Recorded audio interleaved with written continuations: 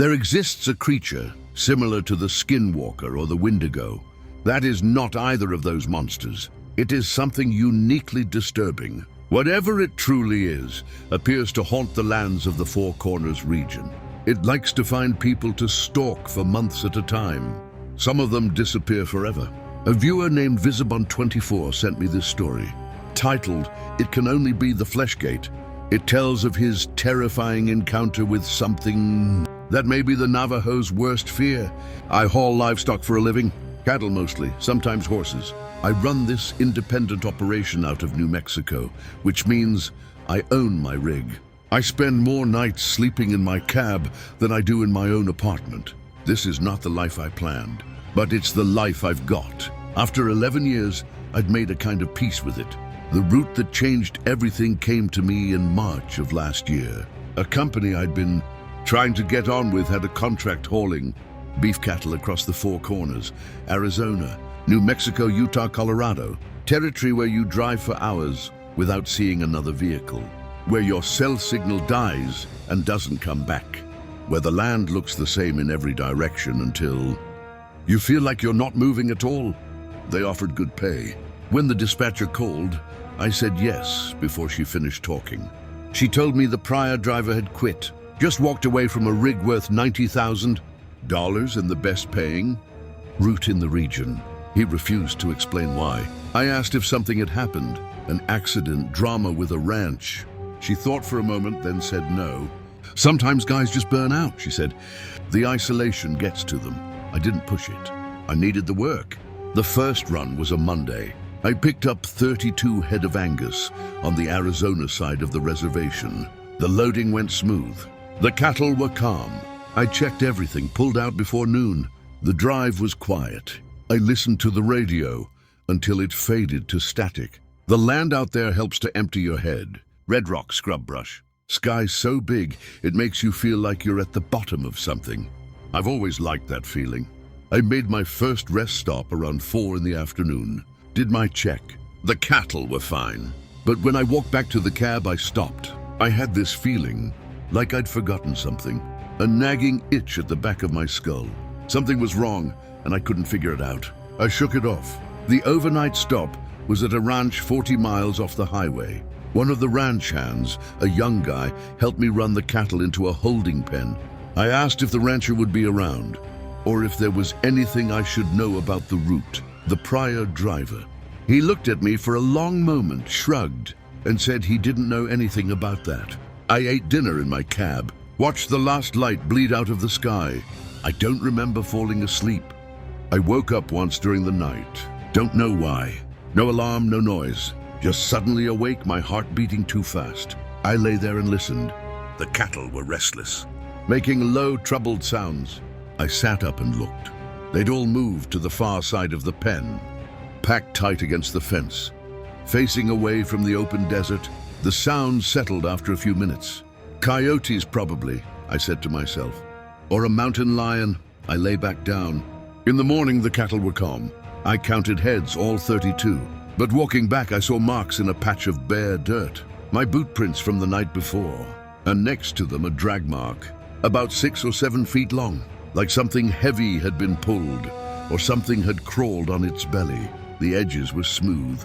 No paw prints. It ended 3 feet from my truck, right where I'd been sleeping. I finished the run without other problems. The drag marks stayed with me, but I told myself, you see weird things in the desert. Over the next few weeks, I settled in. The money was good. I got to know the regulars. There was a ranch hand named Miguel. Quiet, efficient. He had a habit of watching the desert while he worked, his eyes always scanning the dark. One time I asked about it, he shrugged and said it was an old habit. His grandmother used to tell him not to turn his back on the open desert after dark. He said it like a joke, but he didn't laugh. There was a truck stop run by a Navajo woman named Dorothy. She looked like she'd been there since before the highway. One night I mentioned the prior driver. She asked which route. I told her. She nodded slowly, then said, "You should be careful driving at night." Flat, no emphasis. I waited for more, but she just turned away. Late nights on the CB, you'd hear chatter. One guy called himself Nighthawk was a conspiracy type. But one night, he said something that made me listen. He said there was something out on the roads, something older than the names. It wasn't a Skinwalker, wasn't a Wendigo. It was hungry. Someone told him to shut up, that he'd scare the new guys. Nighthawk laughed and said the new guys should be scared. I turned the radio off. Run 6 is when I saw it, maybe 3 weeks into the contract. It was late, around 11. I was on a back road through the reservation. I came round a curve and my headlights caught something on the shoulder, pale, white like a grub, low to the ground. For a split second, I thought it was a person hit by a car, crawling. Then it moved. It didn't move like a person or any animal. Its joints bent wrong, and then it was gone.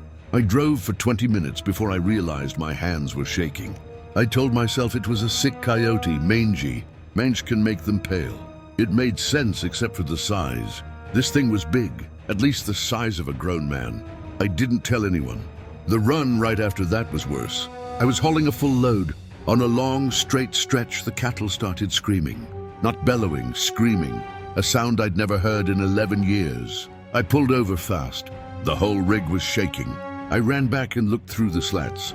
They were all crushed against the far wall, climbing over each other, trying to get away from the roadside. Their eyes were rolling white. I looked, there was nothing there. Empty road, empty desert. They eventually settled. I checked everything. Nothing. I got back in the cab and the CB crackled. A faint voice I didn't know. "You okay there, driver?" "Saw you pulled over." I said I was fine. Cattle got spooked. He asked my mile marker. I told him, static.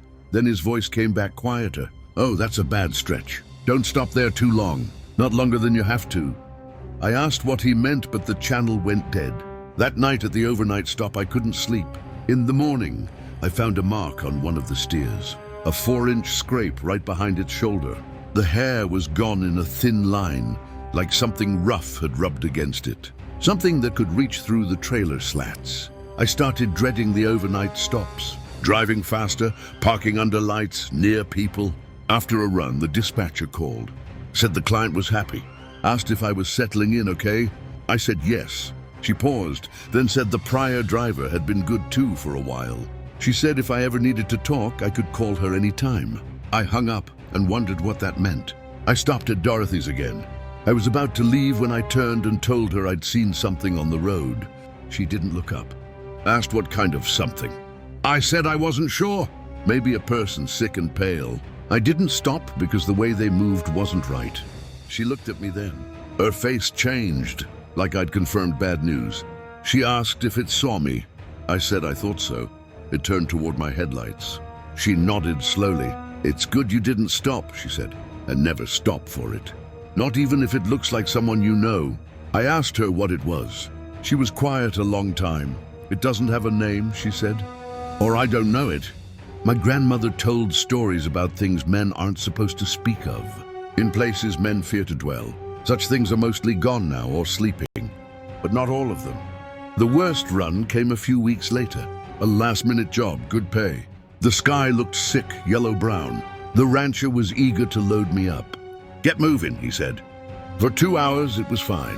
Then the wind hit hard, then the dust. A haze, then a wall. By 4:30, I couldn't see the hood of my truck. I had to pull over. The storm lasted 4 hours, sitting in silence, static on the radio, no phone signal. When it cleared around 8:30, I checked the cattle. They were stressed, dusty, but alive. All 30. My truck, however, was dead. Not a click. Battery utterly gone. Stranded 40 miles from the overnight stop. No signal, no traffic. I had to wait for morning. The first hour was quiet. Around 10, the cattle got restless. That low humming sound. Then they went silent. So did the desert. The wind had died completely. Then I heard footsteps, circling the truck. Something heavy on 2 legs, crunching the dirt. Slow. It circled once, twice, 3 times. On the 4th circuit, it stopped at my driver's side door. Silence. I could feel it there, a presence. Then I heard breathing, right outside the window. Long, slow, wet breaths, like it was tasting the air. It went on for minutes. I stared straight ahead, didn't dare look. It eventually moved on. Its footsteps faded. About 20 minutes later, the cattle started moving again. Around midnight, I tried the CB. Static, static. Then on channel 19, a voice. Broken, fading. I thought it was another trucker. I picked up the handset. This is a stranded driver on Route 160. Can anyone read me? I need assistance. The voice stopped. Then it came back, clearer. And it said, this is a stranded driver on Route 160. It was my voice, mimicking me. It kept going, repeating my words, mixing them up. Stranded driver, need assistance. Can anyone stranded? Anyone read me driver? I turned the radio off. Sometime around 3 in the morning, I looked up. It was standing about 50 yards away, at the edge of my parking lights, tall, thin, every joint bent backwards. That same grub-white wet skin. It just stood there facing me, watching. I watched it back. My eyes burned, but I was scared to blink. Then I saw it smile. Its face split open. A smile that wasn't human. Wasn't from this world. It held that smile. Then it dropped to all fours in one fluid motion and crawled away into the dark. So fast. I stayed awake until sunrise. The truck started on the first try. I made the delivery in a daze. Called the dispatcher that afternoon and quit. She wasn't surprised. For a week, I stayed in my apartment. Lights on, TV playing. Told myself it wasn't real. But money runs out. I had to work. I took different routes, different cargo. For a while, nothing. I started to relax.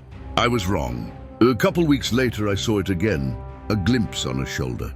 Then parked at a rest stop. I woke up and saw it standing under a flickering light at the far end of the lot. Watching. I started the truck and drove until sunrise. After that, I saw it every few days. A flash on an overpass. In a field. It was following me. The route didn't matter anymore. I went back to Dorothy. I asked her what it wanted, how to make it stop. She said she'd known a handful of people this happened to. Most left the area and never came back. A few stayed, and eventually the sighting stopped. The ones who disappeared, they talked about clicking sounds before they vanished. Voices that sounded familiar. Her advice was old. Never answer when it calls. Never follow when it leads. Never look it in the face. Then wait. Hope it loses interest. I kept working. Started driving with a partner when I could. It didn't show up when he was with me. But he couldn't always be there. The last time I saw it was about 6 months after the dust storm. I was exhausted, alone, driving empty late at night. I came over a small rise and had to brake hard. It was in the road, on all fours, in my headlights. It smiled that same terrible smile. Then it stepped aside, walked to the shoulder. It stood there and watched me pass, like it was letting me go, like it was telling me something. I drove by. I didn't speed up. I didn't slow down. That was last year. I haven't seen it since. But I have nightmares almost every week. It feels too soon to say it's gone. I don't want to jinx it. I'm just grateful. Trying to go back to a life where I'm not always looking over my shoulder.